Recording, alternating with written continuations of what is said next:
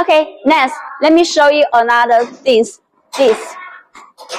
This machine, it comes with the 40 screens. So what's the functions of them? Firstly, you can take it as the return storage. Thus the work process can return the old cut into here. Or you can take, secondary, you can take it as the personal storage.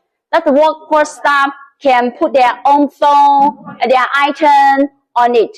Thirdly, you can put the bigger tool, like so bigger tools on it.